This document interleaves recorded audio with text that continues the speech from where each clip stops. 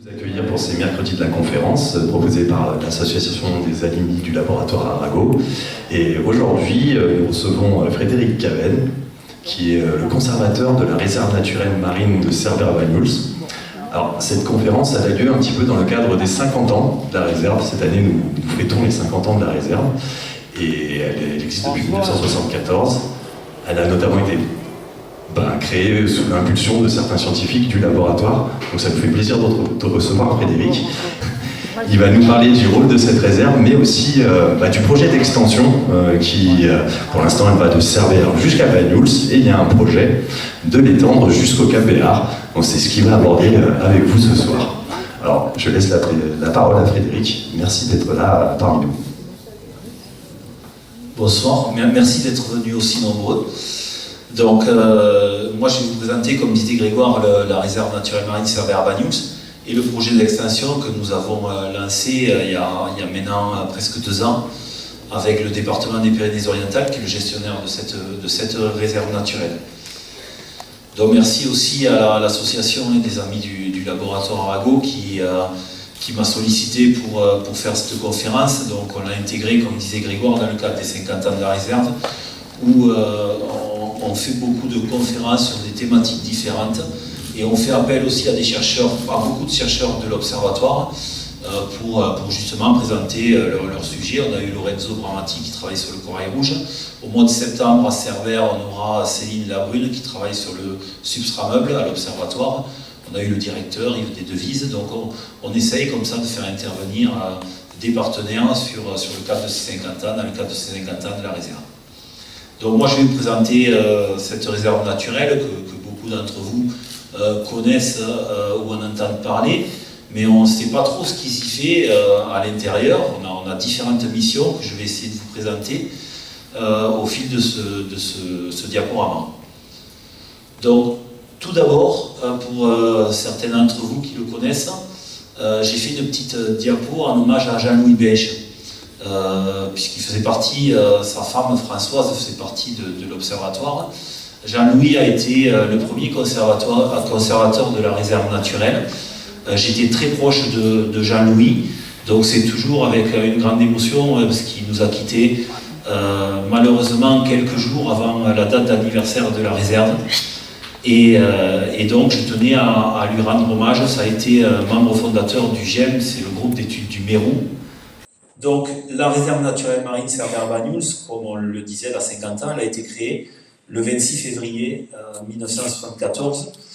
Donc, juste une petite partie historique, le maire de Cerbère, Jean Marty, qui était très inquiet de la dégradation des fonds, parce qu'il était très sensibilisé à l'environnement, il plongeait, il pêchait sur Cerbère, est allé taper à la porte de l'Observatoire.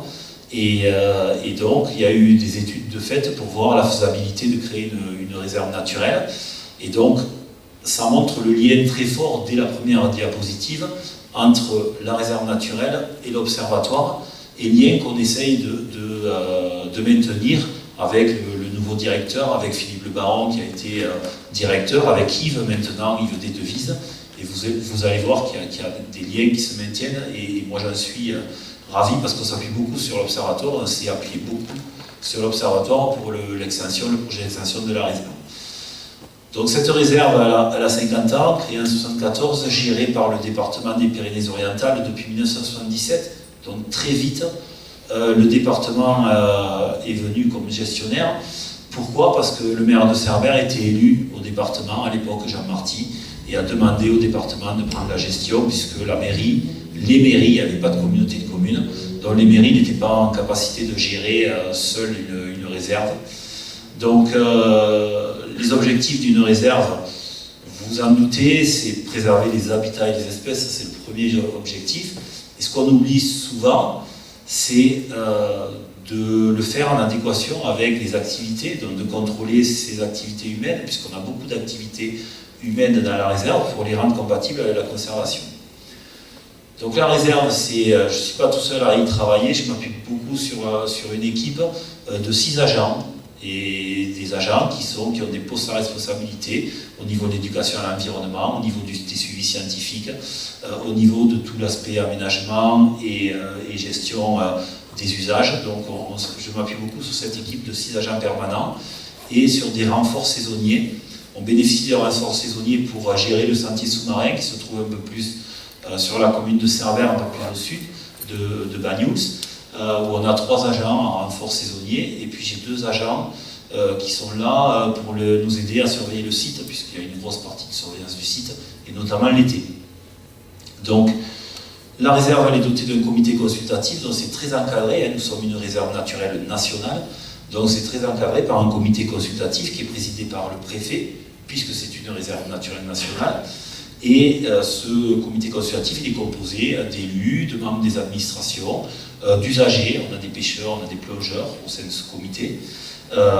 Et donc ce comité consultatif il valide les actions, on doit rendre compte chaque année lors d'une réunion qui rassemble tout ce petit monde, on doit rendre compte de nos actions qui sont calibrées et qui sont gérées par un plan de gestion.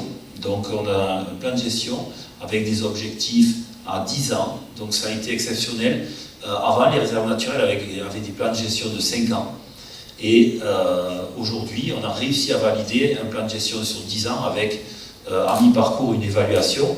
5 ans, ça va très vite lorsque vous travaillez dans la protection de l'environnement. Et donc, on s'est bataillé pour avoir une durée de 5 ans. C'est vraiment une feuille de route pour nous et on s'appuie beaucoup sur ce plan de gestion. On a un conseil scientifique qui a validé ce plan de gestion, donc conseil scientifique de 21 membres, et là encore, le lien est fort avec l'Observatoire, puisque le président du conseil scientifique, c'est Yves Desdevises, le directeur de l'Observatoire, et on a essayé de rassembler beaucoup de chercheurs de l'Observatoire, avec des spécialistes, Corail Rouge, on a Pascal Roman qui intervient beaucoup au sein de ce conseil scientifique, Corail Rouge, Substrat Meuble, Herbier, donc on a voilà, tout un tas de spécialistes qu'on est allé puiser en local, on a essayé d'être sur des intervenants locaux pour pouvoir nous apporter cette connaissance et cette validation, puisque le conseil scientifique valide les protocoles, valide les suivis, les résultats, et donc le présente au sein du comité consultatif donc, que j'évoquais, qui comprend 35 membres, donc sur une surface de 650 hectares, 7 km de linéaire côtier entre Cerbère et Banyuls, on a quand même 35 membres qui siègent au niveau de ce comité consultatif et 21 membres élus pour 5 ans au niveau du conseil scientifique. Donc on a une réserve, on l'évoque, on l'a évoqué lorsqu'elle a été reconnue au niveau mondial par l'UICN. On a été renouvelé durant 3 fois, parce que c'est des reconnaissances qu'on a sur une durée de 5 ans.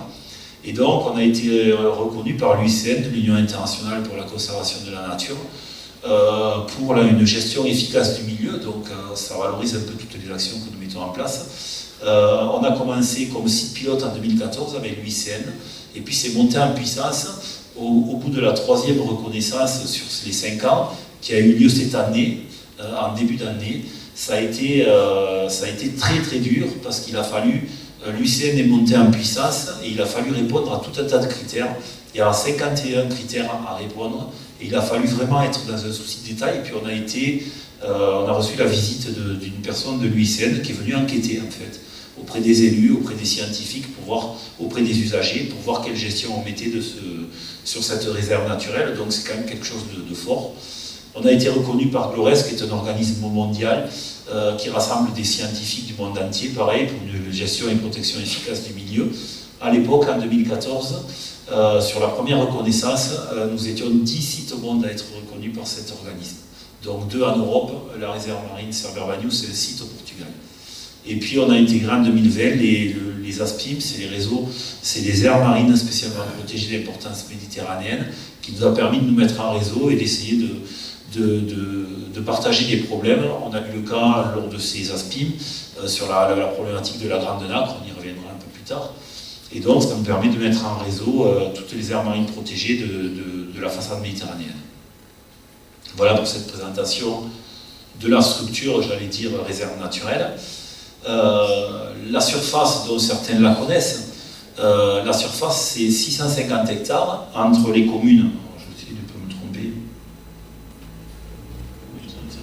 entre les communes de Cerbère et de Banyuls, donc Banyuls ici, une bouée que vous devez apercevoir et qu'on aperçoit plus facilement la nuit puisqu'elle clignote, une marque spéciale ici en face Bagnols-sur-Mer, dans l'alignement de l'île Grosse. Une autre bouée de marque spéciale ici sur la commune de Cerbère avec le Cap Pierrefitte. Nous avons mis des panneaux de part et d'autre pour informer les usagers qui rentrent ou qui sortent de la réserve. Et à l'intérieur de cette zone de 650 hectares, 7 km de linéaire côtier, nous avons une zone de protection renforcée qui fait 1/10 en plein cœur de la réserve, qui a été arrêtée en fait avec le soutien des pêcheurs à l'époque en 1979, puisque c'est une zone où il y a beaucoup de remontées de roches et les pêcheurs ne pouvaient pas l'exploiter, donc ça a été arrêté comme un cantonnement de pêche en 1979. Et lorsque le décret de création de la réserve a été reconduit en 1990, ce cantonnement de pêche est devenu une zone de protection renforcée. Donc là maintenant on a officiellement une zone de protection d'1/10 qui est marquée à terre par des bornes très visibles jaunes et en mer par des bornes lumineuses pour permettre d'avoir quand même un marquage très fin et très précis de cette zone qui est un peu notre zone test. Vous allez le voir après par la suite. À l'intérieur de cette réserve, nous avons deux parties assurées que vous voyez ici. Et ici, un peu plus au sud, au niveau de la plage de Pierrefitte, ce sont des smels, des zones de mouillage et d'équipement léger. Donc ce sont des zones sur lesquelles on a mis des bouées, comme celle-ci, qui sont ancrées au fond et qui évitent aux plaisanciers de jeter, aux plongeurs, aux usagers, de jeter l'ancre et de détériorer les fonds. Nous avons 32 bouées sur les deux zones, là en tout, 32 bouées, 24 ici et 8 dans cette zone-là, pour permettre aux usagers plaisanciers de venir sans jeter l'ancre et impacter les fonds. Donc pas d'ancrage dans cette zone. Dans la zone de protection partielle de la réserve, dans cette grande zone qui fait près de 600 hectares, on voit les pictogrammes barrés, donc pas de chasse sous-marine, pas de récolte de fruits de mer. L'ancrage il est autorisé sauf dans ces fameuses SNEL, zones de mouillage. La plongée, la pêche à la ligne et la pêche professionnelle, elle est autorisée, mais il faut, c'est pour ça qu'on a barré les pictogrammes, elle est autorisée sous condition, il faut détenir une autorisation qui est délivrée par la réserve. Vous allez voir après comment on procède pour que les personnes puissent demander des autorisations. Tout est calibré, je vous le présenterai plus tard. Donc pour pouvoir bénéficier, donc ce n'est sûrement pas un vase clos. Cette réserve, on a essayé, rappelez-vous la présentation, d'essayer de trouver cet équilibre entre la protection et le maintien des usages. Donc ça c'est important. Sur la zone de protection renforcée, là c'est simple, pas d'autorisation qui compte, les activités sont interdites, seule la traversée en bateau est autorisée, la traversée en kayak de mer aussi, et on tolère la baignade et pas l'immersion. Pourquoi l'immersion? Parce que c'est du dérangement et on a beaucoup d'immersion, vous vous en doutez, pendant les périodes estivales, où on rentre dans les périodes de reproduction. Donc si tout le monde, alors il y a immersion et immersion, si moi je m'immerge en apnée, on ne va pas avoir un grand effet parce que je ne suis pas très bon en apnée. Si mon collègue qui travaille à la réserve marine, lui, s'immerge en apnée et qui est pas mal en apnée, on n'aura pas le même effet. Il va descendre, il va rester au fond, il va se caler. Donc on a une différence comme ça, et on a du coup interdit l'immersion pour laisser cette zone vraiment très calme et permettre aux animaux de se reproduire. Vous allez voir les résultats que l'on a par la suite. Donc voilà la présentation du zonage. Je n'ai pas parlé de la vitesse. 5 nœuds dans la bande des 300 mètres, environ 10 km/h. 8 nœuds dans le reste de la réserve. Alors là c'est compliqué pour les plaisanciers qui fréquentent la réserve. C'est très compliqué parce que l'été, les gens méconnaissent notamment cette réglementation des 8 nœuds. Et c'est très compliqué, donc on fait beaucoup de sensibilisation sur la vitesse. Donc les missions de la réserve. Ces missions de la réserve, elles s'articulent autour de 4 grandes missions, dont la protection qui fait référence à la surveillance du site. Donc nous, c'est une grosse mission pour nous, parce que du moment où vous mettez en place une réglementation, vous devez la faire respecter. Donc cette mission de surveillance, elle nous sert à informer les usagers, parce qu'on a beaucoup de questions sur site lorsqu'on va à la rencontre des usagers. Elle nous sert à évaluer la fréquentation, puisque on note toutes les sorties, on note la présence de plongeurs, de pêcheurs, de personnes sur les plages, de nombre d'apnéistes qui vont faire de la découverte. On note tout un tas d'informations qui nous permettent de mieux connaître les différentes activités, de prendre des mesures adaptées à ces activités et à la protection. Et bien sûr, de faire respecter la réglementation. Je vous ai mis quelques chiffres. Donc, 1200 heures en moyenne de surveillance par an, des surveillances qui se font de jour comme de nuit. Nous travaillons aussi la nuit. La nuit dernière, j'ai une équipe qui a fini à près de 2 heures du matin, qui a fait des surveillances. Donc, avec l'aide de vision nocturne, on est relativement bien équipé. En bateau, donc on fait 600 heures en juillet-août. Vous vous doutez bien qu'en fonction de la fréquentation, on a vraiment accentué cette surveillance en juillet-août. 600 heures en juillet-août, c'est 62 jours sur les 2 mois, ça fait en moyenne 10 heures par jour de surveillance. Donc c'est énorme, c'est une grosse présence. Et on est secondé aussi par des organismes, on collabore avec les brigades nautiques de Saint-Cyprien, on collabore avec le parc marin du Golfe du Lion qui vient nous aider sur les surveillances, les affaires maritimes, la gendarmerie, les polices municipales de Cerbère et de Banyuls, qui nous aident notamment sur les feux, puisque lorsqu'on a du bivouac à proximité de la réserve, nous on n'a pas la compétence de verbaliser, puisqu'on a la compétence de verbaliser uniquement sur le milieu marin. Et du coup, on s'appuie beaucoup sur les gendarmes et la police municipale pour verbaliser ce type d'infraction, parce qu'on sait les conséquences que peuvent avoir un petit feu. Alors, on l'a vécu sur la côte, et donc du coup ça peut avoir des conséquences énormes. Hier soir, 2 personnes ont été verbalisées à 11h du soir, je crois, pour feu au niveau de la plage de Tancade, dans en plein cœur de la réserve, enfin, sur la terre. Ils étaient bien sûr en train de faire un feu énorme avec du charbon de bois, avec toutes les broussailles sèches, et la tramontane qui commençait à se lever à 10h du soir. Voilà. Donc ces gens-là ont été verbalisés. Donc on s'appuie beaucoup sur des jeunes, je vous le disais, 2 personnes qui viennent en surveillance, plus des agents affectés à la surveillance, puisque on est multicarte à la réserve marine, on fait des surveillances, on fait des animations pédagogiques, et donc tous les agents participent à la surveillance, et nous sommes sur 6 agents affectés à la surveillance, nous sommes 4 qui sont commissionnés assermentés pour pouvoir dresser des procédures, avec différents types de procédures. Ça peut aller de la procédure classique avec saisie du matériel et du véhicule, à l'avertissement, au rappel à la réglementation, à l'utilisation de timbres-amendes pour des infractions mineures.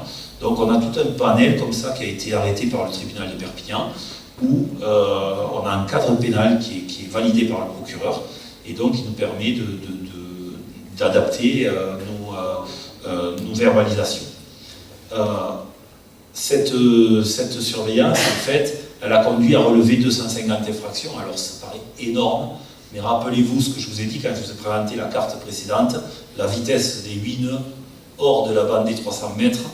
Il y a beaucoup d'infractions, 180, qui sont constatées hors de la bande de 300 mètres, où on fait beaucoup de sensibilisation, beaucoup d'informations.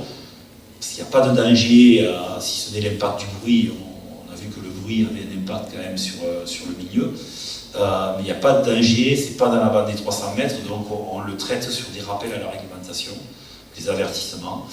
Et après, le reste des procédures, ce sont soit des rappels à la réglementation sur de la pêche de loisirs, notamment des enfants, si certains habitent le troc, on a beaucoup d'enfants qui viennent avec ou des épuisettes ou alors des petites cannes à pêche et qui ne savent pas la réglementation, on ne va pas verbaliser, on va expliquer pourquoi et comment on traite ce genre d'activité sur la réserve. Donc ce sont des rappels à la réglementation, et puis après on transmet des procédures. Je vous évoquais le cas de la procédure conjointe sur les feux. Hier à 19h, il y a une procédure qui a été faite pour de la chasse sous-marine, dont des gens qui étaient très organisés, avec des gens qui étaient, on les a réussi à les attraper, des gens qui étaient sur la falaise, enfin une personne qui était sur la falaise, qui avertissait de voir arriver le bateau de la réserve ou le véhicule de la réserve. Donc on sifflait, des gens qui ont jeté des fusils dans l'eau, qui ont jeté des poissons, donc il a fallu aller plonger, récupérer les fusils. Enfin, je vous passe, donc ça c'est transmis au tribunal de Perpignan. Il y en a une derrière la capitainerie aussi, des jeunes qui faisaient le guet, et d'autres qui faisaient des oursins et qui pêchaient. Voilà, ceux-là ils ont été aussi transmis au niveau du parquet de Perpignan. La deuxième grande mission de la réserve, qui est essentielle pour prendre les bonnes mesures, c'est la connaissance, c'est les suivis scientifiques. Je dis souvent, j'intitule souvent des articles « Mieux connaître pour mieux protéger ». Donc on a un patrimoine exceptionnel, 1200 espèces animales et 500 végétales relevées sur la réserve. On réalise environ entre 12, alors les chiffres sont plus d'actualité parce qu'on en réalise un peu plus. On a réussi, grâce à la responsable scientifique de la réserve, que certains ont dû rencontrer, Virginie Hartmann, je crois qu'elle a fait une intervention au niveau de l'Infi, a réussi à développer des suivis. On a 3 types de suivis. Des suivis en partenariat, donc avec les organismes type Observatoire de Banyuls, Université Perpignan, Université Montpellier, où ils se servent de la réserve pour faire leur suivi et ils nous restituent les données. On a des suivis en interne que les agents de la réserve font, et puis nous avons des suivis en externe qu'on paye, qu'on sous-traite auprès des prestataires. Donc là, c'est entre 1 ou 2 suivis, parce que ça coûte très cher. Donc entre 2 suivis par an maximum qu'on sous-traite. Donc des suivis sur le corail rouge, sur le corbe, les grandes nacres par exemple. Je vous ai mis quelques résultats. Je vous ai mis quelques résultats donc, de 50 ans de protection en fait, qui marquent vraiment cet effet réserve. Le cas du mérou brun. Mérou brun, environ 50 individus, on avait des chiffres qui étaient beaucoup moins précis que ce qu'on a maintenant. 50 individus dans les années 80-90. Et aujourd'hui, nous sommes à 729 individus sur l'ensemble de la réserve. Donc 443, c'est la courbe rouge en haut, dans la zone de protection renforcée, 270 hors de cette zone de protection renforcée. Donc vous voyez l'importance, et c'est un lien avec le projet d'extension derrière, l'importance de cette zone de protection renforcée. Et puis 16 qui ont été comptés à l'extérieur de la réserve, donc c'est sur le même protocole. Alors on sait qu'il y en a un peu plus que 16 à l'extérieur de la réserve, et sur les mêmes protocoles, là où on en compte 729 dans la réserve, on en compte 16, le même effectif de compteurs, etc. On en compte 16 sur l'extérieur. Et donc sur les 16, il y en a 10 qui ont été comptés en limite, au niveau du cap Pierrefitte, vraiment très limite. Donc ça montre quand même que quand il y a une présence de l'homme, une surveillance intensive, on a de bons résultats. Donc ça, il ne faut pas le perdre. Le corbe aussi, qui était une espèce en voie de disparition, qui était menacée. On a eu, et cette courbe, elle est assez intéressante, puisqu'on a une augmentation, on a 550 individus, 556 exactement individus sur la réserve. Et là, on a une présence un peu plus importante à l'extérieur de la réserve, 283 individus, et 243 individus sur la zone de protection renforcée. Par contre, vous pouvez voir qu'il y a eu une baisse à un moment donné, en 2017, des individus dans la zone de protection, renforcée, dans la zone de protection partielle, la courbe verte. On a fait le lien entre deux raisons. La première, c'est les conditions météo. On a eu une thèse qui a été faite sur le corbe par Alan Brazo, qui a fait une thèse, qui est joueur de rugby professionnel, et qui a fait une thèse sur cet animal, qui s'est aperçu que lorsqu'il y avait des épisodes de vent, et notamment de tramontane, le corbe se mettait à trou et ne sortait plus, se mettait à l'abri. Et donc, cette année-là, en 2017, on a compté avec un gros coup de tramontane. On a quand même maintenu le comptage, parce que ça ressemble beaucoup de personnalités qui viennent compter. Et donc, on a maintenu ce comptage, et ça a un impact là-dessus. Et puis, le deuxième impact, c'était la pêche professionnelle. On a un pêcheur petit métier de Banyuls qui allait pêcher très près des rochers et qui a capturé une 50aine de corbes, me semble-t-il, de mémoire. Et donc, comme on récupère les carnets de capture, ça nous a permis à la fois de l'alerter, et comme on a de bonnes relations avec les pêcheurs professionnels de Banyuls, parce que c'était quelqu'un de Banyuls, il a arrêté de pratiquer cette pêche. Et donc, les effectifs ont pu reprendre. Donc, c'est tout ce lien aussi qui est fait entre les différents acteurs. Un autre type de suivi qui marque aussi l'effet réserve, la suivi sur les raies. Alors ça, c'est un suivi typiquement en partenariat. Donc des suivis sur les raies qui sont, on a une zone de reproduction de raies sur la zone de protection renforcée, comme par hasard, en plein cœur de la zone de protection renforcée. Et donc il y a des observations. Alors dans la zone de protection partielle de la réserve, 37 observations ont été faites. Dans la zone de protection renforcée, 165 observations. Et hors réserve, 2 observations, encore une fois, sur le même protocole, par une association qui travaille, 6 espèces différentes qui travaillent sur cette thématique, des pastenaques communes violettes, des raies-aigles, des rélisses brunettes et des raies torpilles. Donc on a une diversité quand même, dont certaines sont très rares. Beaucoup d'observations la nuit aussi, parce qu'ils font des comptages de nuit, pendant 4 sessions de comptage à différentes périodes de l'année. Donc le prochain comptage est au mois de septembre, me semble-t-il. Et donc on va continuer à suivre ces espèces, on les suit depuis 4-5 ans, de manière très régulière. Donc des bonnes observations pour nous et qui justifient encore une fois la présence d'une zone de protection renforcée. Le suivi du peuplement poisson qui a été fait là en externe, donc c'est typiquement le genre de suivi qu'on a payé, donc par un prestataire extérieur, dont les résultats ont été validés encore une fois par le conseil scientifique. Donc la densité, c'est-à-dire le nombre d'individus sur 100 mètres carrés. Alors je rappelle, je précise que ce comptage a été fait à la fois en comptage visuel avec un plongeur et en comptage avec cette petite caméra là qu'on a immergée et qui permettait d'avoir des données sur un plus long terme. Dans la densité, le nombre d'individus sur 100 mètres carrés, elle est multipliée par 3 dans la réserve par rapport à l'extérieur. Et alors la biomasse, dans le poids des individus sur 100 mètres carrés, il est 30 fois plus important dans la réserve qu'à l'extérieur. Donc on a des individus beaucoup plus gros dans la réserve, et donc qui dit plus gros, plus de reproduction, des gros reproducteurs. Et ça c'est important pour nous quand on sait le taux qu'on a au niveau de la reproduction. C'est un taux très faible, donc plus on a de gros reproducteurs, mieux c'est. Et bien entendu, plus on s'éloigne de la réserve, et moins on retrouve d'individus, ou du moins de grande taille, avec sur la biomasse des individus très petits sur le sud de la réserve, ici, là. Et là, toujours pareil, les mêmes résultats sur la densité. Donc on a un gros travail à faire sur le sud de la réserve. Vous allez voir comment on va y répondre à toutes ces observations-là. Un autre suivi est qui là ne met pas en valeur l'effet réserve, puisqu'il y a des choses sur lesquelles on ne peut pas agir, où c'est très compliqué d'agir.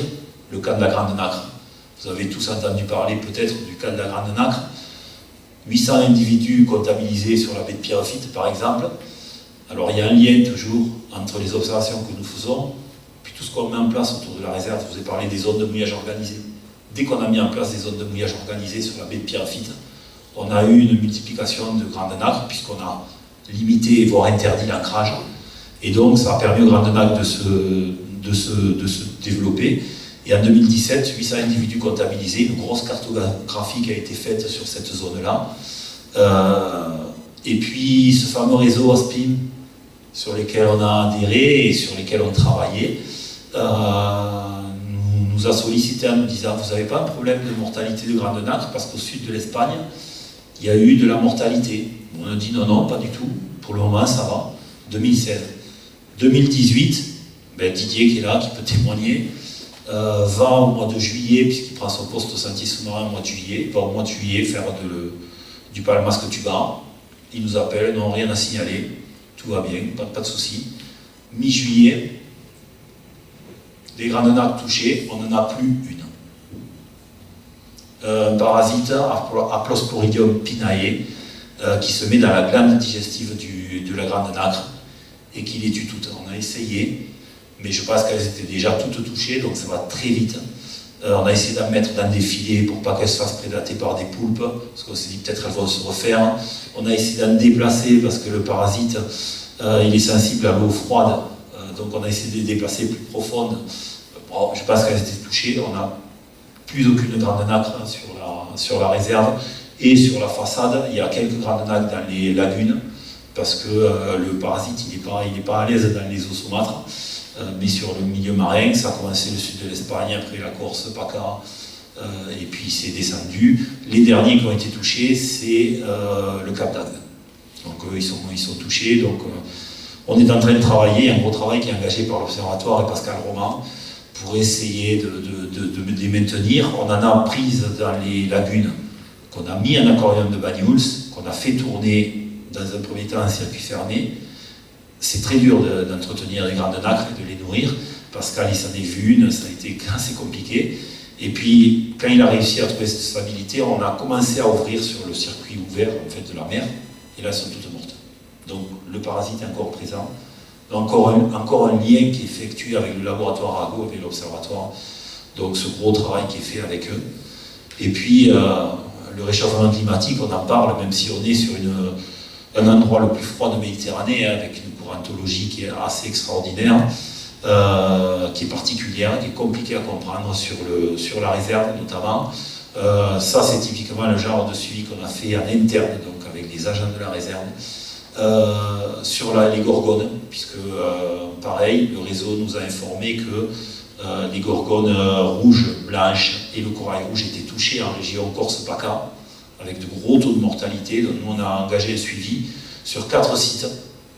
Zone de protection renforcée, zone de protection partielle, sud de la réserve du Cap Pierrefitte et le Cap Cerbère à l'extérieur de la réserve. Donc on a échantillonné 100 colonies.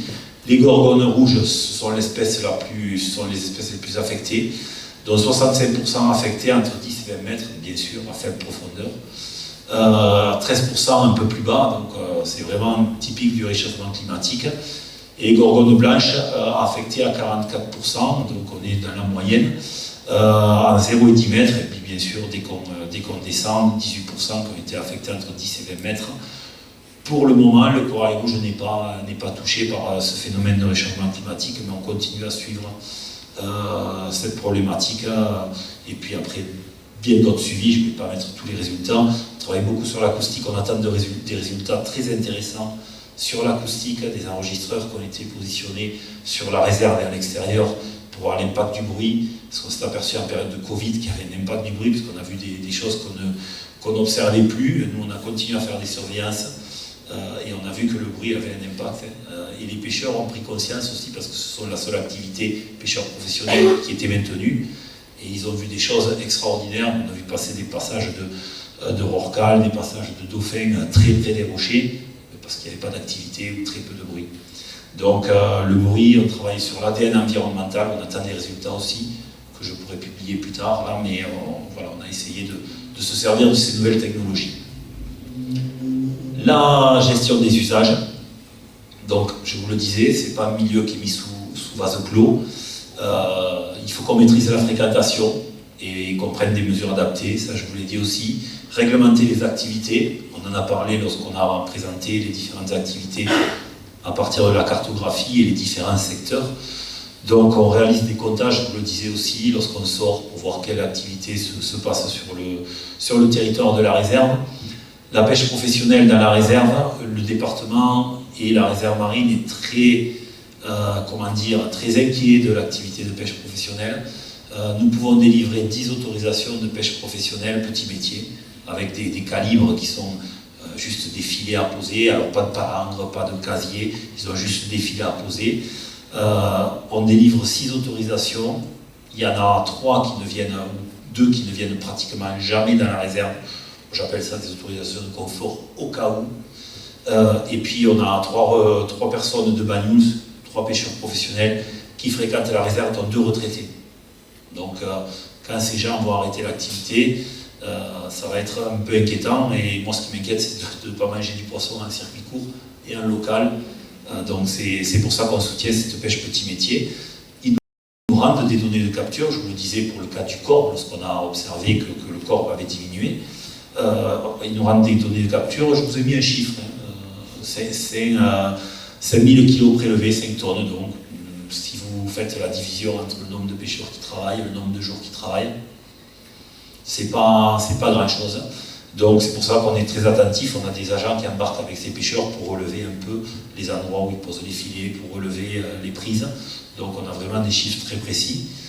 La pêche de loisirs, on délivre 1000 autorisations. Alors là par contre, les 1000 autorisations sont attribuées sur 2 mois. On les attribue, pourquoi? Parce qu'après on passe de l'information.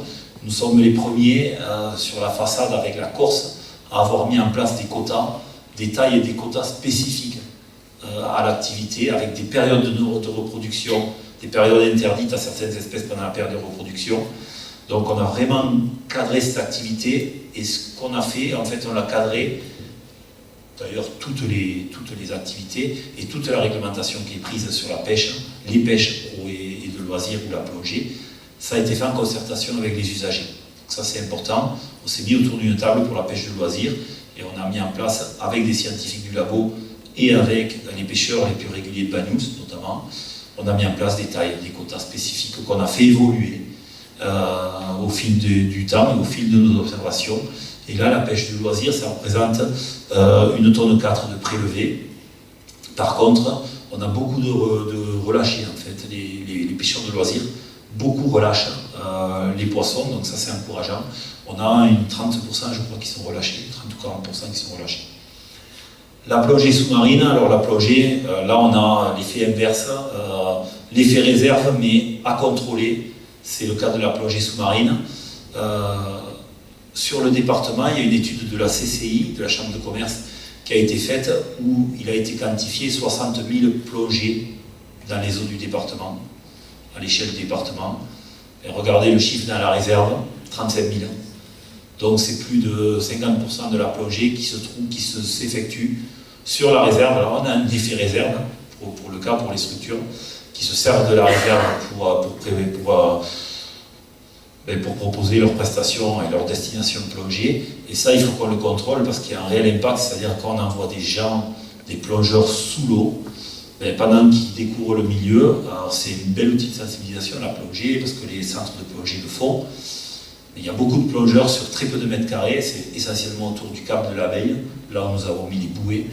Et donc il y a une pression, et pendant que les plongeurs sont là, les poissons ont du mal à se nourrir, parce qu'ils sont très, très vigilants. Et donc ils ne se nourrissent pas, ils ne se reproduisent pas, et puis on rentre dans un cycle. Donc on est très attentif à cette plongée, sachant que 90% on engage un travail avec les structures de plongée, notamment les structures de plongée professionnelles, puisque 90% des plongeurs sont issus des structures professionnelles club plongée. On a vu ce développement de la plongée, où toutes les communes maintenant ont un à deux clubs de plongée avec 2 bateaux chaque structure, donc ça fait beaucoup de bateaux.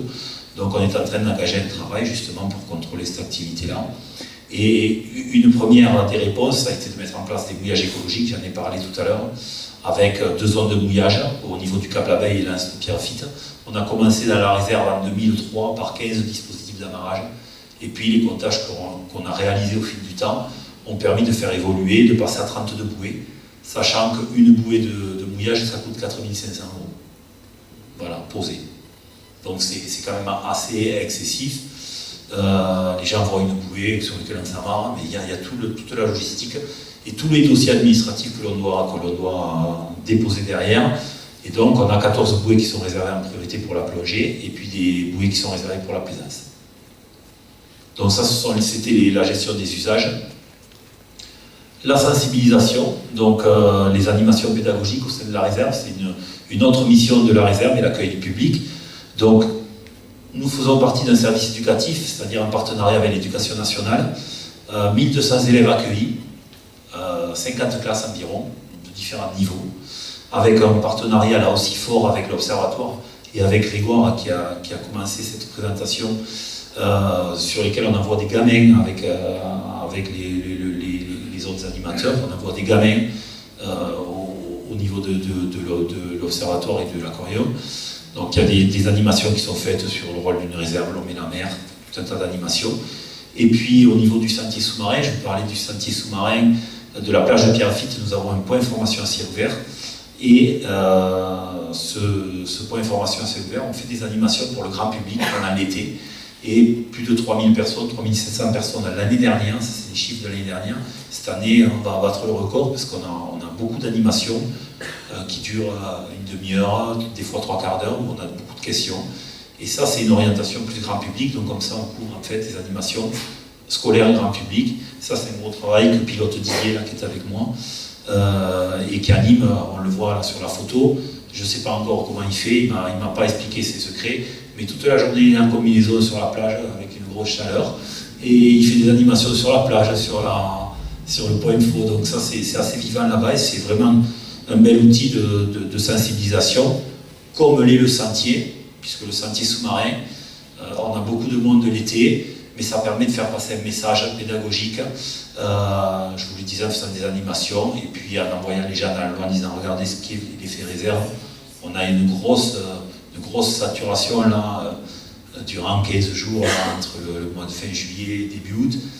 Mais ce sont des gens qui se mettaient à l'eau et qui ne savaient pas où ils étaient, ils ne savaient pas s'ils étaient dans une réserve. Là, ça permet au moins de leur expliquer que c'est une réserve, qu'il y a des gestes à adopter, qu'il y a des règles à respecter, et donc au moins on draine beaucoup de monde. Et puis la réserve marine met en place, les gens ne le savent pas, des aménagements pour permettre d'accueillir tout ce public. Donc on met en place le poste de secours, par exemple, à la charge de la collectivité. On met en place des sanitaires, on met en place des accès pour les personnes en mobilité réduite, des tirs à l'eau pour faciliter l'accès à l'eau. Donc il y a tout ce travail de fait que les gens ne savent pas.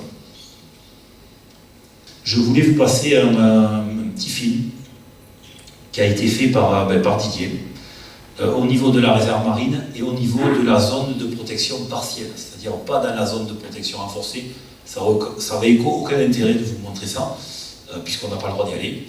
Donc ces images-là ont été faites là où tout le monde peut aller, pour vous donner un petit aperçu de ce qu'on peut voir en prenant le temps dans notre belle réserve.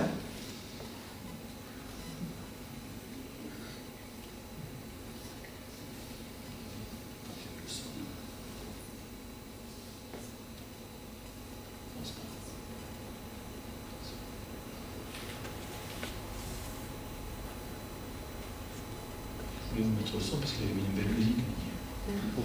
C'est pas grave.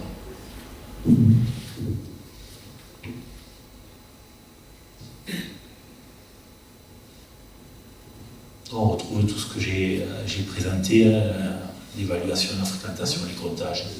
On est des mérons bruns.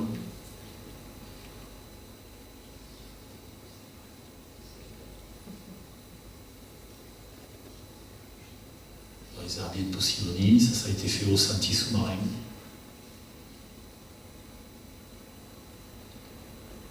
Coralligène. Un amas d'algues qui crée des infractuosités où les animaux viennent s'y positionner. Le corail rouge, le fameux corail rouge, que l'on n'a pas profond chez nous, qu'on a la chance de protéger. On a des corps, des néos, c'est à tête noire,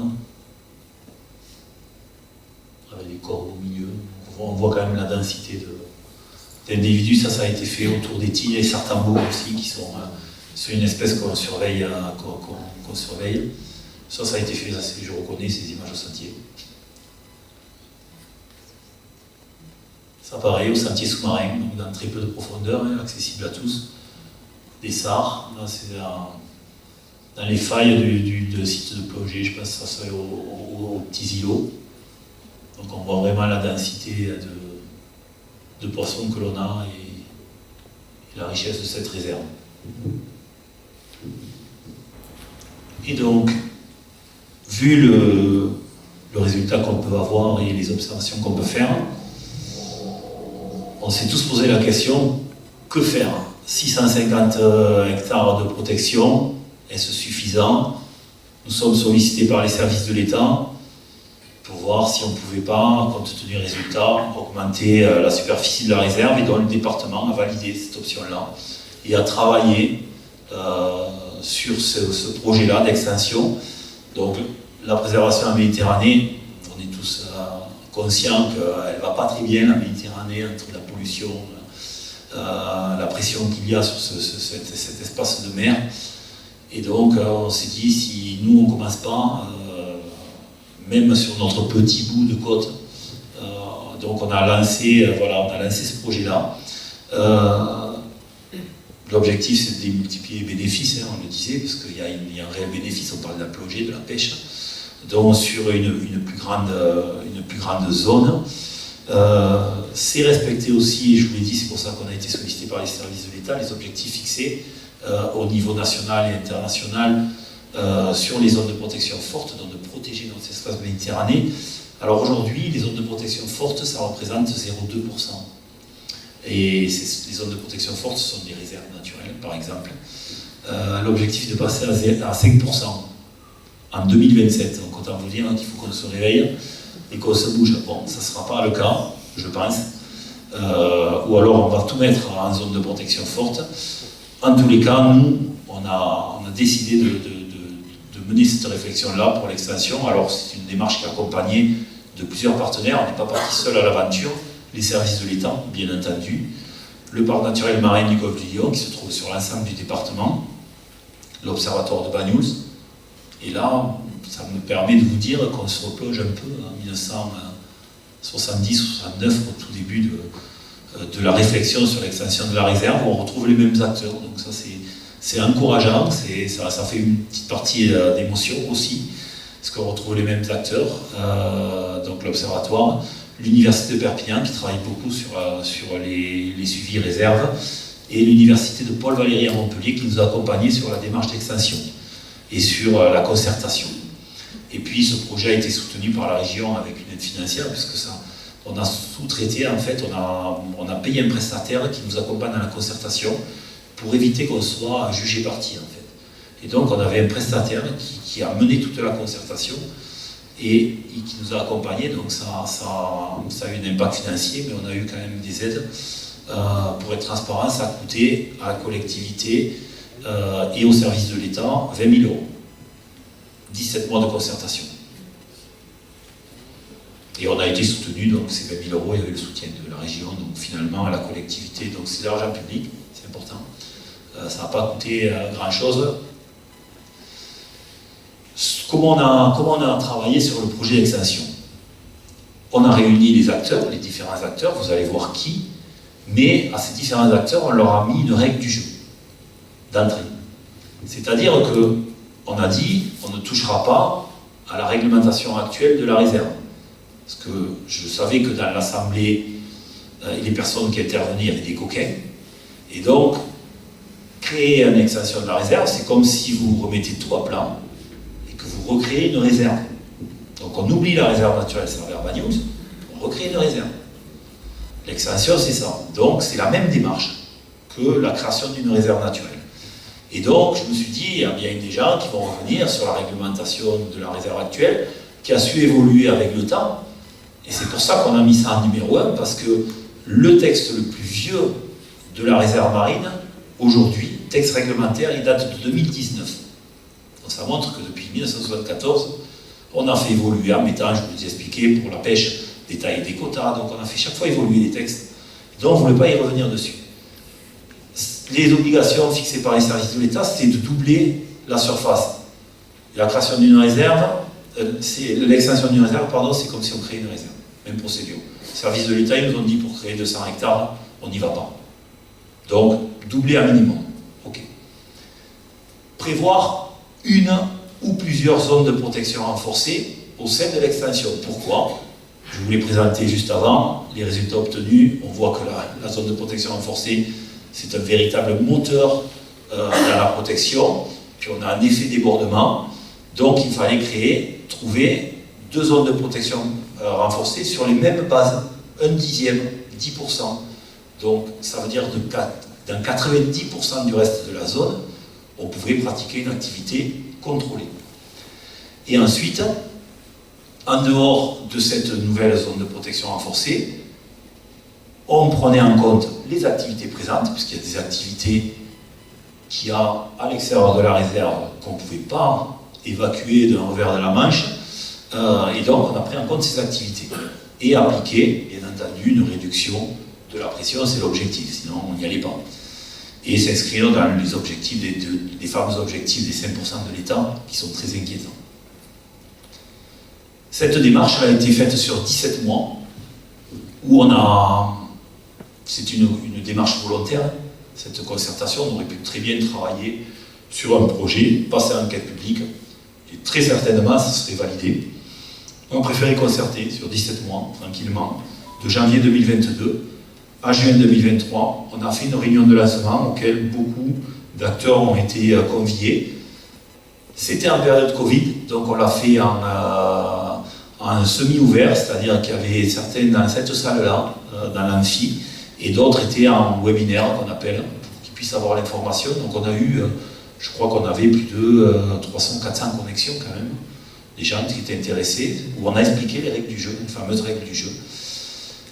Très rapidement, on a recentré les représentants des usagers, on les a vraiment impliqués sur ce projet-là. Représentants d'usagers, représentants des plongeurs, des pêcheurs pros, des plaisanciers, des loueurs de bateaux, des loueurs de kayak, des loueurs de jet ski, des associations de protection de l'environnement, tous les usagers qui étaient concernés, et on leur a bien expliqué leur rôle. C'est-à-dire les représentants d'usagers, il fallait qu'ils fassent redescendre à leur base toutes les informations qui allaient être travaillées dans ces ateliers-là. Ils ont accepté, donc on a 60 personnes à peu près qui ont participé à ces ateliers.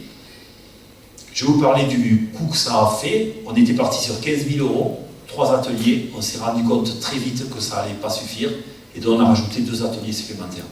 Le premier atelier, on a écouté les gens, on a dit voilà, qu'est-ce que vous attendez dans ce projet? Les pêcheurs, ils ont dit, nous on ne veut pas là, on veut continuer là à travailler, nous on est inquiets parce que ça va nous impacter, nous on veut ça, voilà, on a commencé à écouter les craintes et les attentes.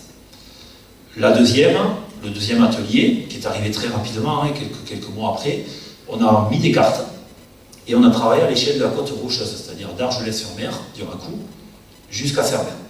Et là on a commencé, les gens se levaient, on disait là je veux pas, là je veux pas, là je veux. Là oui, là non. Et donc on a commencé à travailler sur des cartographies et en fonction des usages qui s'y trouvaient.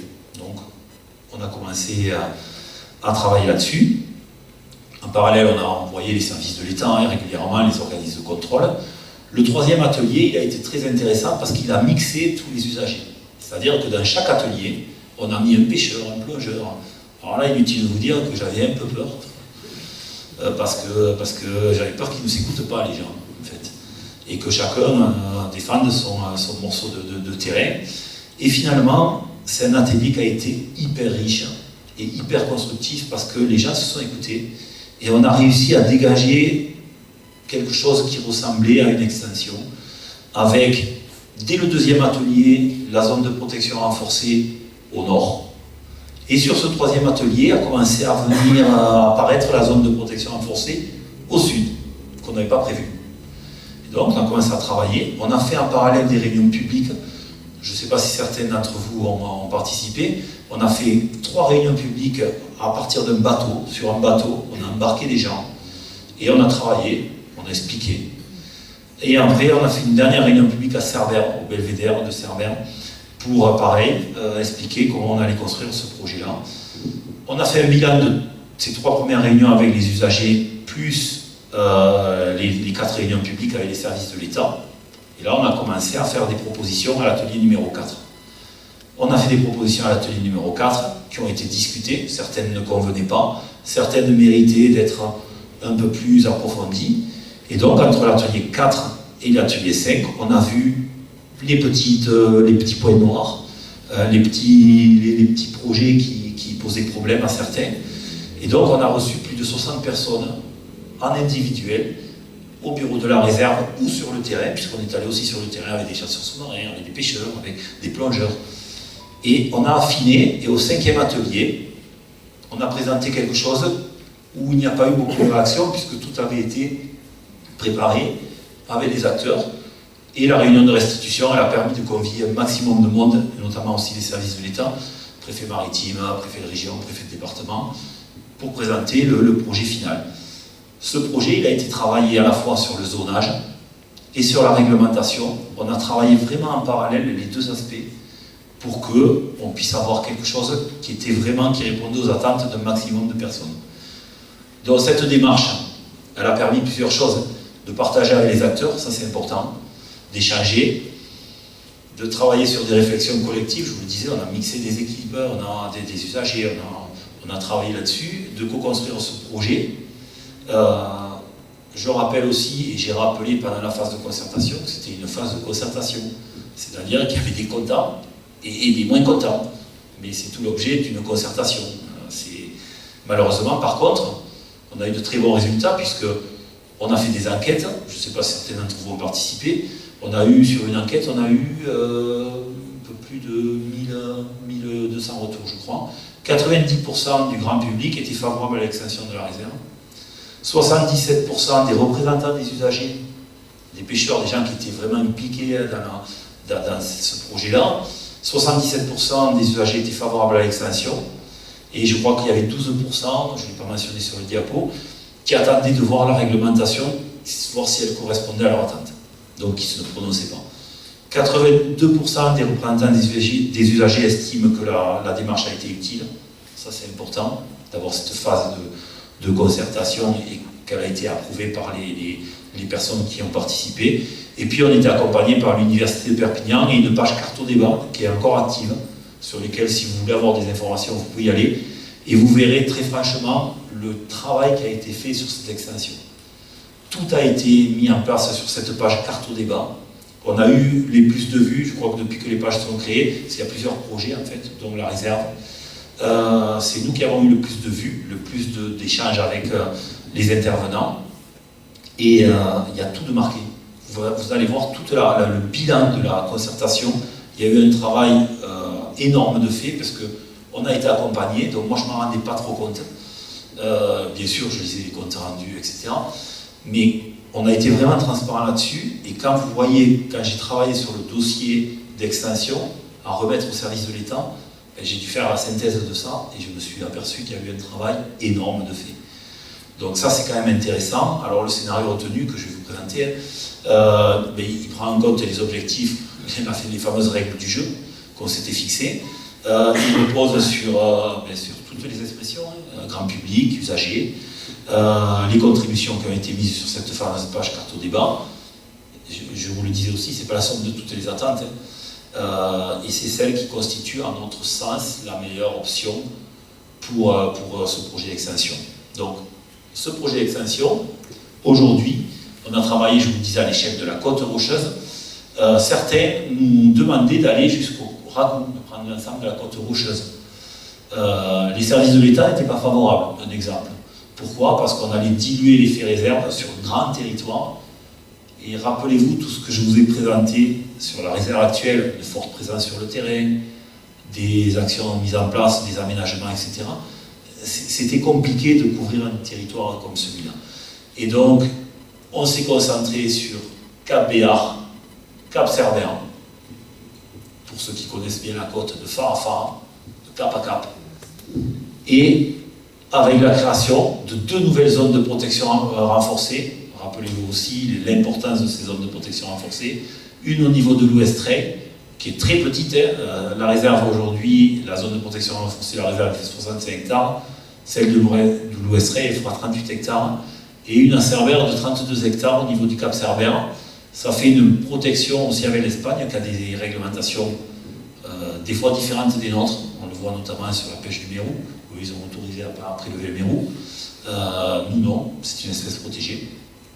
Donc ça fera une barrière très surveillée, parce que forcément on va surveiller ces zones de protection.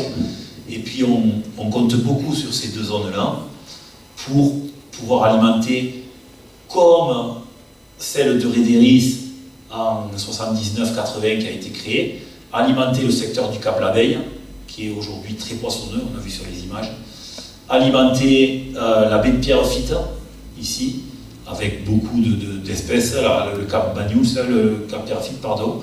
Donc on compte beaucoup sur ces 2 zones de protection renforcée pour faire la même chose au niveau de Polyre, au niveau des petits fonds près des Elbes, là, et la baie de Cerbère et les îlots Canadais qui ont vraiment du potentiel, sans trop impacter les activités, puisqu'elles sont très petites, donc ça veut dire que dans les autres zones, on va pouvoir gérer les activités de pêche, de plongée et de pêche professionnelle.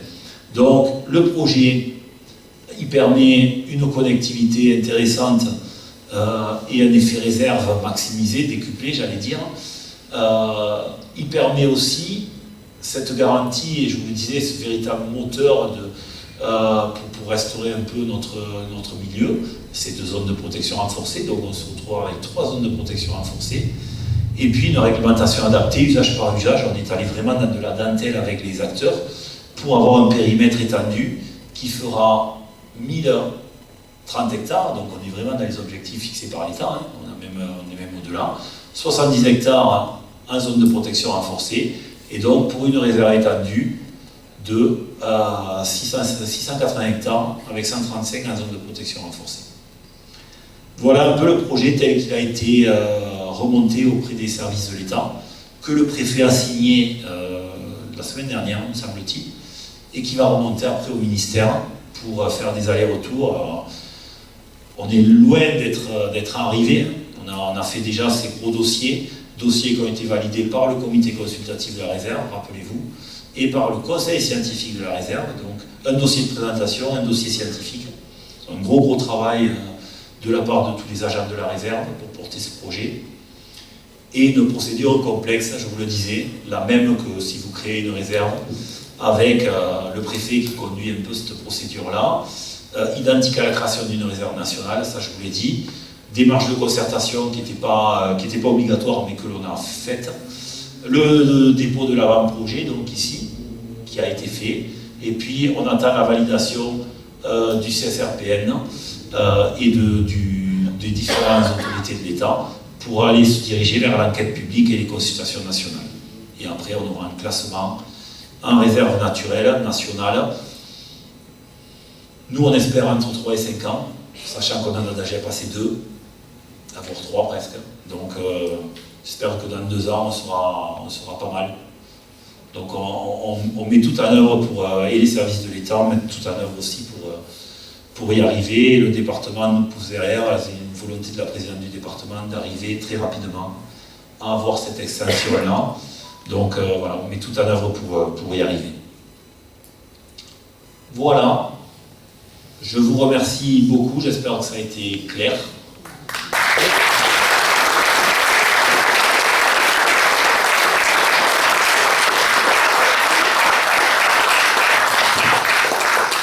Si vous avez des questions, profitez-en, je suis là.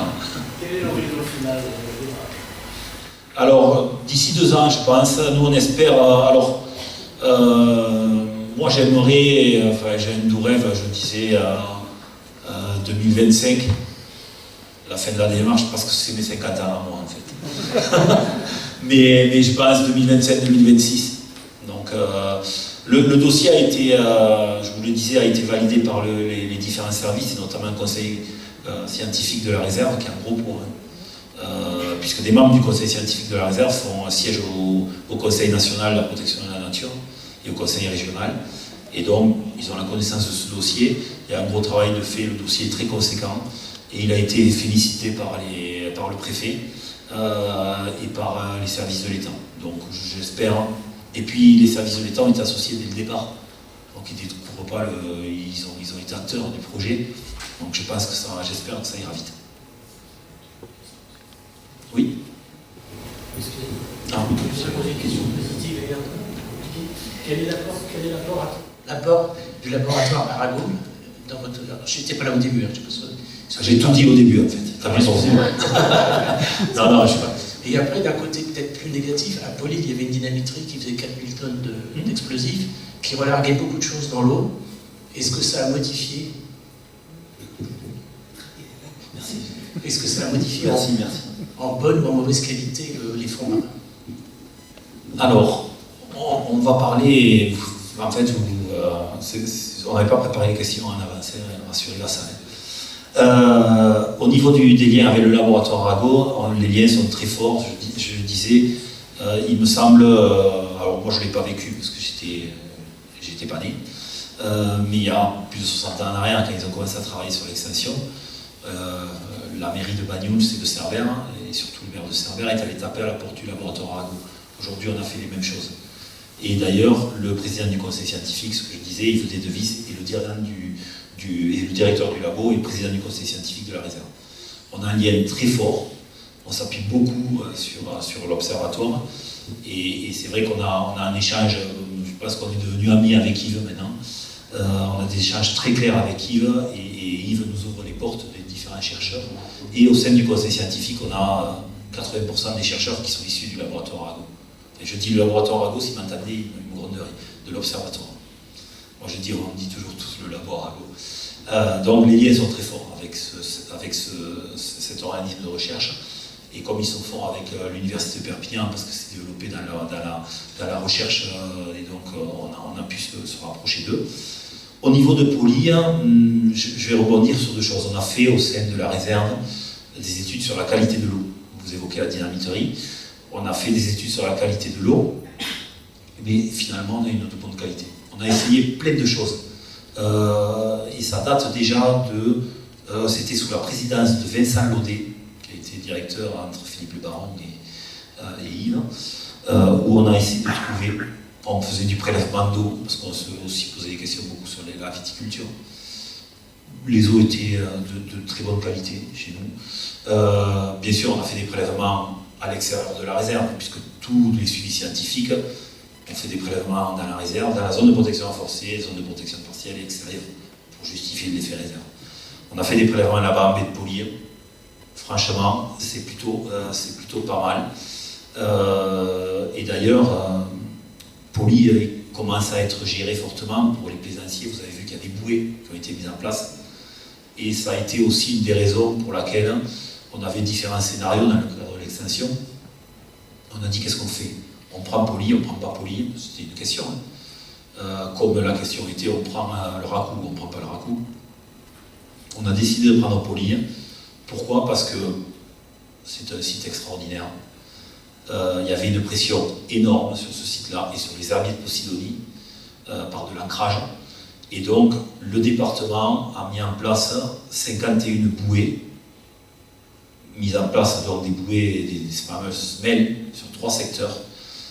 Pourquoi ils ont mis en place cette zone-là? Parce que, premièrement, ils devaient compenser les travaux du quai de Zoom de Port-Ventre. C'est une mesure compensatoire. Deuxièmement, nous avons soufflé à l'oreille de la présidente de dire qu'il y a une pression sur Poly, sur les herbiers de Posidonie, une grosse pression. Donc compenser, c'est on enlève de la matte morte au port de Port-Ventre, parce qu'on construit ce fameux quai de Zoom. On le compense par la protection des herbiers qui sont en bonne santé, enfin, qui étaient en moins bonne santé avec l'ancrage, mais qui avaient du potentiel sur Poly. Et donc on a travaillé. Et pourquoi? Parce qu'il y avait aussi, dans un coin de la tête du département, ce projet d'extension. Donc on a dit on va aménager ce site-là. Et d'ailleurs, c'est la réserve marine, même si on n'est pas dans la réserve marine, c'est la réserve marine qui pilote ce projet de mouillage. D'ailleurs, j'ai des agents, j'ai 4 personnes qui tournent en permanence avec un bateau sur la semelle de Poly et qui informent les gens, qui expliquent. Ils ont commencé l'année dernière alors qu'il n'y avait pas les bouées, commencer à expliquer aux usagers, et aujourd'hui ils tournent pour expliquer. Donc on a dit voilà, l'extension on y va parce que c'est déjà aménagé, et on a de très très bons retours. On a des cas isolés, il n'y a pas assez de bouées, il n'y a pas assez ci, il n'y a pas assez là, mais franchement, pour avoir passé une saison là pratiquement, on a de très très bons retours sur cette zone là, donc elle était finalement gérée en grosse partie. Et puis on a mis en place une zone de report, c'est-à-dire que quand les bouées sont toutes occupées, c'est-à-dire là, c'est 5 ou 6 fois dans l'été pour le moment. Là, on a les comptages, on a fait des survols de drone, on a de la matière. C'est 5 ou 6 fois où on a dû utiliser la fameuse zone de report. Donc on n'interdit pas l'ancrage, mais on envoie les gens sur une zone sableuse qui permet de mettre des bouées. Et le projet de Poly, il a été fait pour préserver les herbiers de Posidonie. Il a été fait pour aussi les usagers des plages. Parce que quand vous êtes sur la plage à Poly, que vous allez voir, que vous mettez sur la plage, que vous avez les bateaux devant un mur de bateaux, c'est comme si vous mettez au port à Banyuls avec une serviette, c'est exactement la même chose. Donc l'idée, ça a été de travailler sur le compte de vue avec les services de l'État, et ce projet a été construit à la fois pour préserver les fonds, pour respecter la tranquillité des usagers de la plage, d'avoir ce compte de vue. Voilà, donc on y est allé sur Poly, on a fait des analyses d'eau pour répondre à votre question, et puis on a fait même plus que ce qu'on devait faire.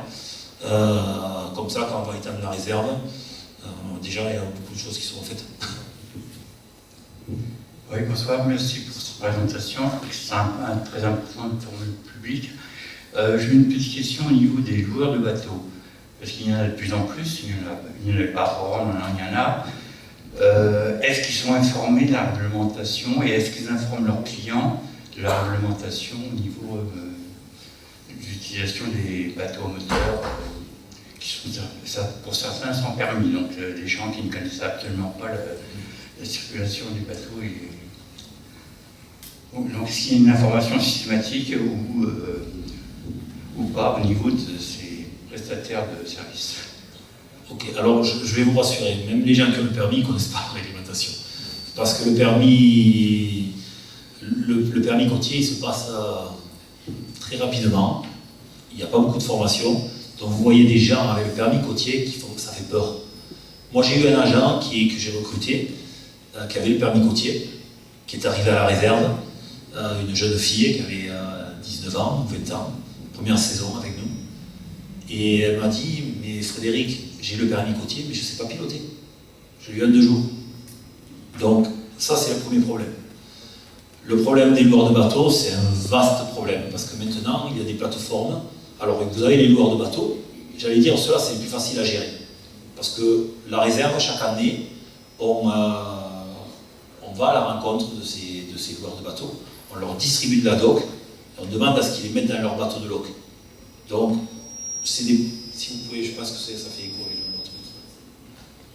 Et donc, du coup, ça c'est des bonnes portes d'entrée pour nous, c'est quand même pas mal, parce qu'on a un interlocuteur. Maintenant, il y a les loueurs, les click and bot et compagnie, là, où vous allez vous connecter sur Internet, et c'est une location de particulier à particulier. Alors là, c'est les 180 personnes qui passent à fond dans la réserve, en fait. Voilà, c'est les 180 procédures les 180 rappels à la loi que l'on fait. Donc c'est très compliqué à gérer, les loueurs de bateaux. J'allais dire, les loueurs, les structures, c'est plus facile. Après, vous dire qu'ils informent les loueurs, les usagers, très honnêtement, j'ai envie de vous dire non. Parce que ce qui les intéresse, c'est de louer.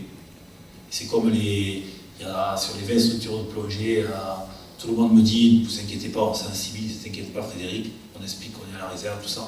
Quand vous avez tous les clients à bord, ou que vous devez louer un bateau, je pense que le message, il passe très vite.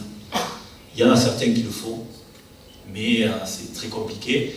Et c'est pour cette raison qu'on a aussi invité ces loueurs de bateaux à la démarche de concertation pour vraiment les sensibiliser. Après, on va créer des référents, on va dire, des représentants des usagers pour construire la réglementation finale et d'impliquer les gens, parce qu'il n'y a que ça en fait. Si vous impliquez des gens, on aura réglé le problème des loueurs de bateau. Donc c'est un impliquant, mais c'est complexe les loueurs de bateau.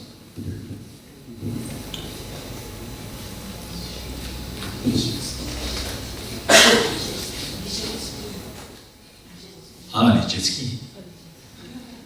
Compliqué les jet skis. Vivement l'électrique.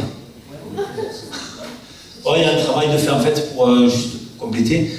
Les jet skis, on a engagé un gros travail avec le loueur de jet ski de Banyuls, mais il fait que des sorties encadrées. Donc ça c'est quand même assez positif parce qu'au moins il a un moniteur et c'est encadré. Et puis on a engagé un travail, moi j'ai eu un échange avec un loueur de jet ski de Saint-Cyp, alors il est un peu loin de la réserve, mais quand même il a équipé ses jet skis de balises. Alors ça lui a coûté 700 € ou 800 € par jet ski.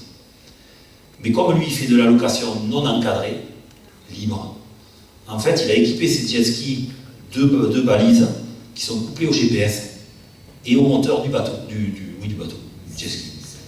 Et il a paramétré, ça veut dire que quand il arrive dans la bande des 300 mètres, le jet il se coupe, il n'a plus de gaz. Quand il arrive au niveau de la réserve marine, il a paramétré à 1, ça se coupe. Donc il a paramétré comme ça, et en même temps il a un GPS, donc ça lui sert à savoir où est ses jets, où sont ses jets. Donc on est là aussi un travail engagé. C'est vrai que quand vous êtes sur la plage et que vous entendez, c'est pénible. Merci beaucoup pour la présentation. Alors moi j'avais 2 questions. La première c'était pourquoi dans la zone, l'extension de la réserve, les 2 zones de protection renforcée sont plus petites que dans la réserve haute origine. Est-ce que c'est une raison topographique? Vous l'évoquiez tout à l'heure sur la partie réserve d'origine. Est-ce qu'on est sur la même raison? Et la deuxième question que j'avais, c'est une question sur la gestion des déchets. Alors je sais que c'est pas vous, mais au sol, cette fois-ci, pas en mer. Moi, je suis usagère de la réserve également, et j'ai constaté qu'il y a 2 ans, il y avait des poubelles sur les plages. On avait plus d'accès en fait à des facilités pour emmener les déchets. Et j'ai l'impression que cette année, ça n'est plus le cas. Est-ce que vous constatez une augmentation des déchets marins? Est-ce que vous avez des travaux en cours sur le sujet? Merci. Merci. Bon, c'est bon, je sais répondre aux 2, donc c'est bon, je suis rassuré. La première, les zones de protection renforcée, il y a deux raisons. La topographie, des fois, on a des cartographies. On a travaillé avec l'Université de Perpignan qui nous a fait des cartographies hyper précises à l'aide de sonar. On a des cartographies à 20 cm près. Donc on a, sur la zone de protection renforcée actuelle de la réserve, vous avez 40%, ouais, 40% de sable, de faux sable. Je ne dis pas que le faux sable, ça sert à rien, sinon je vais me faire tuer par Céline Labrune qui me fait la conférence la semaine prochaine, enfin le mois prochain. Mais on a privilégié les substrats type corallienne, roche, où il y a un habitat prioritaire en fait. Donc ça nous a permis de les réduire un petit peu par rapport à celles qu'on a actuellement. Et puis il y avait aussi l'aspect prise en compte des usages, ce que j'évoquais. Par exemple à Cerbère, au départ, la zone elle était beaucoup plus grande. Sauf qu'on l'a réduit un peu parce qu'on a eu un échange avec le patron du club plongée de Cerbère, qui me disait, moi j'ai un site de plongée profonde en face, ma structure, à très peu de distance de bateau, et en ouvrant la, je vais mettre la carte, ça sera plus simple. Ici, vous voyez qu'il y a une, oh, on ne peut pas dire une incohérence, mais cette remontée-là. Avant, elle était dedans. Et là, pour lui permettre de faire des plongées profondes sans trop dépenser de carburant, ben on a refermé un peu, ça fait partie des échanges entre le 4e et le 5e atelier en fait. Donc on a resserré un peu. Ici, on a resserré ici parce qu'on a pris tout le corallienne, on aurait pu très bien aller plus au large. Est-ce qu'il y avait un intérêt? Il y avait déjà assez de pression, il y a de la chasse sous-marine, il y a la plongée pas trop, il y a la plaisance, il y a un peu tout. Et donc du coup, on a resserré au maximum en fonction des cartographies qu'on possédait. Ces zones de protection renforcées, on a eu des questions. Hein. Pourquoi vous ne la mettez pas ici? Pourquoi vous ne la mettez pas ici? Pourquoi on ne la mettait pas ici? Voilà. Alors, ici c'était compliqué parce que c'est le passage. Donc, on peut répondre par ça, par des zones de protection fortes. Par exemple, on parle du corallienne, on peut parler des herbiers du Racou. L'herbier du Racou a fait couler beaucoup d'encre, j'allais dire, parce que c'est une des raisons pour lesquelles les gens voulaient qu'on aille au Racou. Mais on a dit on peut apporter cette réponse, on crée une réserve, mais après on peut créer une zone de protection forte avec une réglementation spécifique sur cette zone. Et à ce moment-là, on répond en fait à la protection. Ben, ça va être fait, bon, pas nous, hein, parce que c'est plus nous, hein, mais, puisque là on est plus loin, on est dans le parc, c'est le parc qui travaille là-dessus. Il travaille aussi sur cette zone, par exemple. Et donc on a posé le pour et le contre. Bon, ici, si on mettait une zone de protection renforcée ici, inutile de vous dire que les bureaux de la réserve, il fallait prendre en photo parce qu'ils seraient tous cramés. Hein. Parce que c'est souvent la grosse pression des plongeurs, c'est là où tout le monde va, comme la baie. Donc du coup, et puis elle était très proche, pas pour uniquement cette raison, mais elle était très proche de la zone de protection actuelle. Donc on a essayé d'équilibrer en fonction des caps. Canadair aussi est revenu. Les îlots Canadair sont très riches et sont revenus, sauf qu'il y avait beaucoup d'activités. Les Cerbériens, ils sortent de la baie de Cerbère, ils vont beaucoup pêcher là. Après, il y a eu la question du camping, enfin du cap Pierrefitte, mais que, pareil, qui était très proche. Donc on a vraiment calibré en fonction à la fois du substrat et des usages présents. La deuxième raison sur la gestion des déchets, et notamment la plage de Pierrefitte, puisque nous, c'est nous qui la gérons. Alors c'est marrant qu'on me pose cette question parce que il y a quelques années, quand on a créé le sentier sous-marin, donc j'étais là, on a mis des poubelles. Je me suis battu avec la mairie de Cerbère pour mettre des poubelles. On avait mis 3 poubelles au départ. J'ai dit, il n'y en a pas assez, ça déborde. On avait mis 5. Donc ça veut dire que les gens qui allaient sur la plage, ils s'allongeaient. Et à la fin de journée, c'était super. Les poubelles à côté. Et puis, comme il y a beaucoup de gens et pas assez de poubelles, on n'allait pas mettre des gros containers. On avait mis des poubelles de tri sélectif. Et les gens y remplissaient. Sauf qu'après, ça arrivait où? Donc, pour bien faire, ils les mettaient en bas, cachés comme ça. Sauf qu'ici, on a 2 problèmes. On a la tramontane et on a les goélands. C'était la fête le soir. C'était la fête, on entendait du bruit, nous quand on faisait surveillance de nuit, on entendait du bruit. Ça déchirait. Et Didier, qui passe ses étés à Pierrefitte, puisqu'il gère le sentier là-bas, il passait 2 heures tous les matins avec une pince à ramasser les déchets qui étaient partout sur la plage. Et on a dit, on va enlever les déchets comme pour l'IA. On va enlever les poubelles, faire la place, faire plus de place, moins d'odeur, et on va passer l'info aux usagers de remonter les poubelles sur un point de collecte un peu plus haut, au niveau du parking, pour poser leurs déchets. Et depuis ce jour-là, alors moi je ne vais pas faire le beau là, parce que j'y croyais pas. Je me suis retrouvé des déchets partout. Et depuis ce jour-là, depuis cette année-là, combien de temps le matin? Il n'y a pratiquement rien. C'est un mégot par-ci par-là.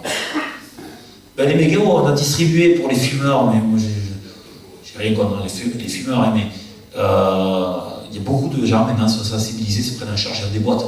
On a distribué des boîtes. Didier a passé l'été dernier, ou il y a 2 ans, l'été dernier, 2000 ou 3000 boîtes pour les fumeurs. On a passé l'info dans des cendriers aussi, qu'on vide tous les jours. Des points de collecte en fait pour les mégots aussi. Et on a, depuis ce jour-là, beaucoup moins de déchets.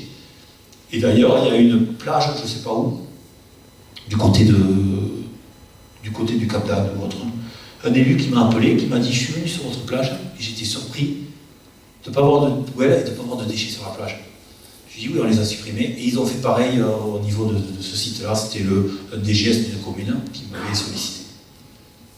Donc ça marche plutôt bien. Et je vous dis Didier, parce que c'est pas... Moi j'y vais souvent à Pierrefitte, mais j'y vais pas ramasser de déchets. Parce qu'on passe à la surveillance. Mais Didier qui est tous les matins, et puis même quand il commence son service à 11h, il est à 9h. Donc il a le temps de faire la plage. Et je peux vous dire qu'il n'y a pas beaucoup de déchets. Donc c'est plutôt positif et ça peut inspirer certaines communes et ça doit, à mon avis ça doit inspirer parce que ça marche. Si je peux me permettre une petite suggestion, je me demandais peut-être que les panneaux, vous avez une politique pour les tout petits. Ah les briques c'est assez compliqué à gérer mais oui.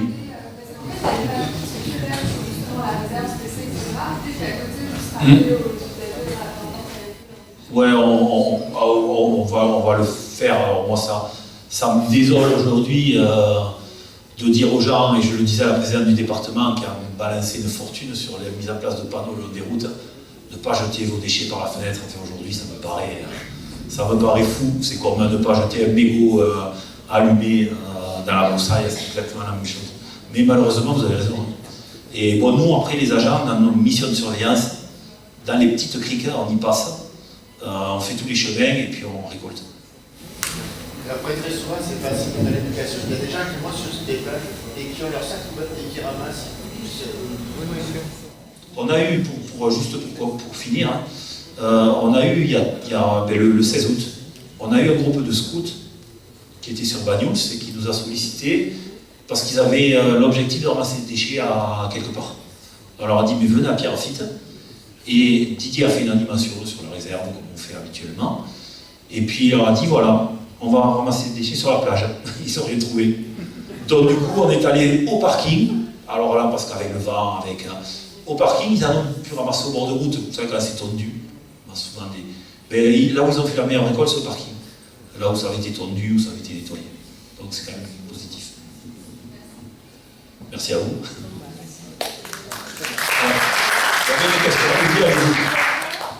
Alors, je ne sais pas d'où on vient de Pont-Vendre, alors c'est hors de la future réserve, mais on va souvent se baigner à la Mauresque. Et à la Mauresque, ils ont interdit aux bateaux de venir trop près, ce qui est déjà très bien, mais ça fait quelques années que, effectivement, je ne sais plus depuis combien d'années c'est fermé, mais moi j'ai l'impression, en regardant, que les Posidonies se sont un peu mieux développés. Est-ce que vous avez un suivi ou quelque chose comme ça? Et est-ce qu'il y aurait aussi possibilité, parce qu'il y a quand même, malgré tout, au-delà de la zone protégée, il y a tous les bateaux, ils jettent l'ancre, et c'est quand même le premier endroit où les bateaux qui viennent du nord arrivent et jettent l'ancre. Donc il y a du monde qui passe. Donc est-ce qu'il y aurait possibilité d'avoir des bouées ou quelque chose, plutôt des bouées d'amarrage? Ça permettrait aux Posidonies qui ont déjà atteint les limites des bouées, là, donc de peut-être se développer plus loin. Donc est-ce que vous avez fait un inventaire? Est-ce que vous suivez? Est-ce qu'il y a un projet de mettre des bouées pour protéger cette anse qui est quand même très jolie et très naturelle aussi? Alors, Un suivi, oui, il y a. Puisque avec nos collègues du parc naturel marin du Golfe du Lion, puisque là on est typiquement dans leur territoire, dans leur zone qui gèrent, on a des suivis en fait pour être cohérent en fait, parce qu'il ne faut pas oublier, et ça moi c'est ma ligne de conduite, il ne faut pas oublier que tous les suivis, ce sont de l'argent public. Et donc pour être cohérent, on s'est coordonné avec la chargée patrimoine naturel du parc marin pour faire les mêmes suivis, les mêmes protocoles. Et donc eux, ils prennent en charge ces fameux suivis. Vous citez l'herbier, il y a des suivis sur l'herbier, sur les différents herbiers. Donc eux, ils prennent en charge les herbiers sur leur territoire. Nous, on prend en charge les herbiers sur notre territoire. Donc il y a un suivi, on pourra voir l'évolution. Et puis la réponse, c'est qu'on est obligé de suivre. Un, pour avoir une meilleure connaissance. Et deux, lorsque vous mettez un aménagement, vous citez les aménagements qui ont été faits, c'est pareil sur Poly, c'est pareil sur la réserve. Lorsque vous mettez en place des dispositifs d'amarrage, vous avez obligation d'avoir un suivi derrière. Enfin, sur Poly, il va y avoir un suivi de fait, et sur les sites qui ont été aménagés en bouée, il y aura des suivis systématiquement de fait. Ça, c'est sûr. Aujourd'hui, il y a un texte qui interdit l'ancrage dans les herbiers. Donc, ce que je disais aux gens qui disent qu'il n'y a pas assez de bouées, qu'il faut manquer des bouées, que ça va être la panique, etc., je dis, vous avez deux solutions. La première, on applique le texte. On n'ancre plus dans les herbiers aussi. Donc, pour lire, par exemple, on va se retrouver à 50 bateaux au milieu sur cette fameuse zone de repos, parce qu'on n'aura plus le droit d'ancrer dans les herbiers. Ou alors, la deuxième solution, celle qu'on a prise, celle que le département a prise, c'est d'aménager les zones, de mettre des ancrages. Ceux qui connaissent Pierrefitte, c'est vraiment marquant. C'est-à-dire qu'à Pierrefitte, on a mis des bouées au ras des herbiers. Comme ça, on interdit l'ancrage autour, mais vous avez l'aménagement de fait. Ça veut dire la possibilité de fréquenter la zone. Et donc, c'est une réponse qu'on a apportée. On a aménagé le site pour éviter l'ancrage. Après, les sites, ils méritent d'être évolués. Vous dites rajouter des bouées. Côté Mauresque, je vais être honnête avec vous, c'est pas l'endroit que je fréquente le plus. Je ne connais pas trop, je n'ai pas le droit d'en parler. Je ne sais pas s'il y a la possibilité de rajouter des bouées en fonction de la fréquentation. Mais par rapport au suivi qui est fait, à la fois de voir l'évolution des herbiers et de voir combien il y a d'ancrage sur ces dispositifs, combien il y a d'amarrage sur ces dispositifs, sur ces bouées, il y aura une réflexion d'en rajouter. Donc, très certainement, le parc va travailler là-dessus. Comme nous sommes en train de travailler avec le parc marin sur Terrain-Bout. Côté Cerbère, vous avez une anse après Pierrefitte, en allant vers Cerbère, qui est abritée de la Tramontane. Il y a de très beaux herbiers de Posidonier avec une impression d'ancrage. Là, l'idée, c'est de trouver avec la mairie de Cerbère et le parc marin une solution pour mettre en place des bouées, pour éviter cet ancrage, un peu comme ça a été fait à la Mauresque. En fait. Donc il y a toujours cette réflexion sur le littoral, là, où il y a un enjeu, typiquement les herbiers. Donc, des suivis, oui, vous dire que ça va évoluer, je ne sais pas, parce que c'est pas moi qui m'en occupe, mais ça va évoluer dans d'autres zones, ça c'est sûr. L'exemple de Terrain-Bout en est une, par exemple, où on va travailler avec la mairie de Cerbère et les services de l'État pour avoir des financements pour mettre en place ces bouées. Et juste une question, où est-ce qu'on peut avoir accès à ce suivi pour savoir comment ça évolue? Écoutez, comme c'est de l'argent public, ils sont disponibles. Alors nous, par exemple, moi, je vais parler pour moi, parce que je ne veux pas parler pour le parc, mais qui fait très certainement la même chose. Nous, les rapports, en fait, on les met sur le site internet. Comme ça, vous pouvez aller les voir, les consulter, puisque c'est fait avec, encore une fois, de l'argent public, et on est très attentif à ça. Ouais. Oui, d'abord, merci pour ce que vous faites pour la réserve avec votre équipe. Et donc, il y a forcément toujours des soucis en rapport avec la qualité de l'eau. On s'est aperçu ces jours-ci qu'il y a des écoulements d'eau qui semblent usés à l'intérieur de la réserve et à quelques centaines, une dizaine de mètres d'ici. Donc, qu'en est-il de la saturation de la station? Parce qu'il y avait une odeur d'eau usée sur toute la bande là, qui longe le Trolles. Alors, c'est marrant parce qu'on n'a pas fait exprès, hein, c'était pas prévu. Mais on a demandé l'intervention ce matin. Moi, j'avais un agent police de l'environnement qui était sur place pour faire constater les écoulements avec la communauté commune. Donc, dès qu'on a observé ça hier soir, l'équipe qui était Enfin, moi, sur une dernière surveillance, plus l'équipe qui était de nuit. En plus, c'est là où ils ont chopé les pêcheurs, donc du coup, ils ont vu qu'il y avait des écoulements. Du coup, il y a un appel qui a été donné à la communauté de communes. La communauté de communes s'est rendue très vite pour faire des prélèvements et faire cesser ces écoulements, donc ils ont été prévenus. C'est un peu aussi le rôle de la réserve de prévenir les collectivités en charge de la gestion des assainissements. On le fait dès qu'on peut, dès qu'on observe, et d'ailleurs, grâce à la réserve, moi j'ai pas participé à l'époque, mais grâce à la présence de la réserve, c'est pour cette raison qu'il y a eu cette station d'épuration qui a été faite, qui était calibrée différemment, puisque la vieille, elle était à l'entrée de Bagnols, elle était toute vieillissante.